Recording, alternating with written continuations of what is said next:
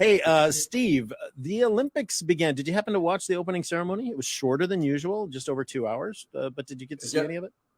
Caught a few highlights. Yep. Not live, but caught a few highlights.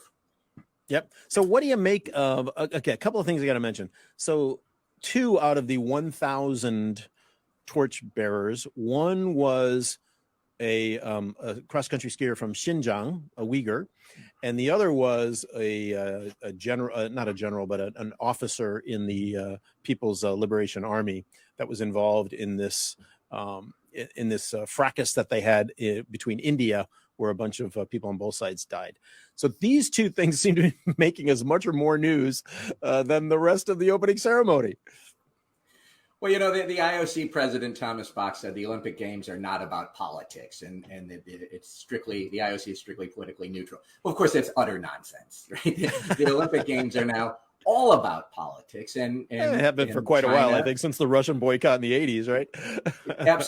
Absolutely, and it's getting to be more and more the case. And so China was sending a strong political signal to its both domestic and foreign audiences of who it is choosing to run, or who it chose to run in the torch relay, who it chose to light the torch. And nations responded in kind. I mean, the U.S. and other countries had already been diplomatically boycotting the games. India joined the diplomatic boycott, where China, chooses as one of the torchbearers a commander a regimental commander in the People's Liberation Army who was involved and was badly beaten.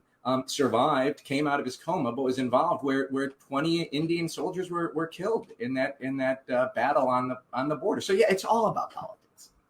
And how seriously do you read into that? I mean, of course, China, we know, is concerned about India's ties with Western democracies. They talk about that strategic quad grouping alongside the US, Australia, and Japan, which Beijing sees as an anti-China clique. Do you see that at play here, or are we reading too much into it? Well, I mean, what's really interesting is, we've had this concept of greenwashing, right, in business, and that's where a business is falsely presenting themselves as environmentally friendly when they're really, very much polluting the planet. Well, now we are in an era, and it's increasing, of sports washing, right? Yep. And so it could be businesses or governments that sports wash. I think as an American, Glenn will remember, women's tennis was sponsored by Virginia Slims, which was, a cigarette manufacturer. So you got cigarettes sponsoring, sports, trying to get some of that halo effect of sports for a very unhealthy product. You now have it with governments that are engaged in sports washing, and Qatar and certainly in the 22 World Cup. Oh, ignore all the migrant workers who are, building all of these facilities under extraordinarily terrible conditions. Just we'll talk about how great we are in hosting the World Cup. China is doing the same. Well, I mean, Newcastle United have been bought by Saudi Arabians, and nobody talks about murdering journalists anymore. They talk about, yay, Champions League football guaranteed. Yes, the sports washing phenomenon is definitely here to stay.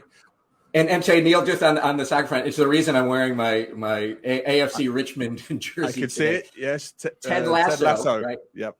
Had a great episode where one of the players refused to wear a jersey that had the fictional Dubai Air on it, because Dubai Air was owned by this oil company that was causing economic devastation, fictional, in his native Nigeria. And so he took a stand against sports washing. And you're going to see that more and more. And so sports is all about politics now, good and bad everywhere.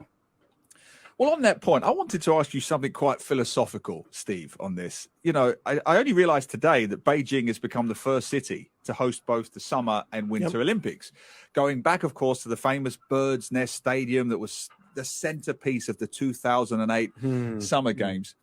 What China are they getting now? How has China changed from the Summer Olympics of 2008 to the Winter Olympics of today? What China are guests and athletes arriving at today? Well, Neil, I don't know if you know this. I was in Beijing for the entire Olympics of 2008 because I worked for UPS then, and UPS was the logistics sponsor for BOCOG, the Beijing Organizing Committee for the Olympic Games. And people loved being there. I mean, we hosted people as UPS, our customers from all over the world. I mean, this was exciting. This was, China's grand opening on the global stage. This was the integration of China and other countries to be working together. And the spirit was phenomenal, and people wanted to be a part of it. And now, if you kind of look at the sponsors today, they were like, just let's hope nothing bad happens over the next, exactly 2 weeks. We had a little bit of that in 2008. The two concerns were the two T's. It was Tibet and Taiwan. And was that going to intrude those political issues? Were they going to intrude the Olympics? They did not at all. The world has changed so much. And if you look at what Xinhua news agency has said, that said that this is the voice of the government. They said that by ensuring the Beijing Winter Olympics are held on schedule, it demonstrates the significant advantages of socialism with Chinese characteristics, and is a bold declaration that no force can stop the Chinese people from realizing their dreams. So you would not have had that statement in 2008 that you have in 2022. So just vastly different. And of course, there's hardly anybody in the bird's nest. Like, we were all packed in on 8/8/08, which is they said that we'll never forget. Yeah, something like, I think the stadium can hold 80,000, but there's only 40,000 people in there because every other seat has to be empty due to COVID. The stories of the bubble are now quite well known across media channels, and really nobody can talk to anybody or do anything. Athletes have to use the stairs. They basically go from their room where their meals are sent down to their competitive arena, whatever that may be, and then back again. So in the past there was always this great fraternization on a lot of different levels. I assure you, having worked at the Olympic Village in 1984 in Los Angeles, there a lot of fraternization going on that doesn't get reported in the media. But anyway, that aside, a lot of that stuff just isn't happening. And it was interesting. There's this famous picture in the opening ceremony, President George W. Bush, where he went into the middle of the bird's nest where all the U.S. Olympic athletes were, and they loved him, and everybody was, just so happy and going crazy. And then the visual here is Vladmir Putin alone taking a nap in the bird's nest during the opening ceremony. Quite a contrast. Yeah.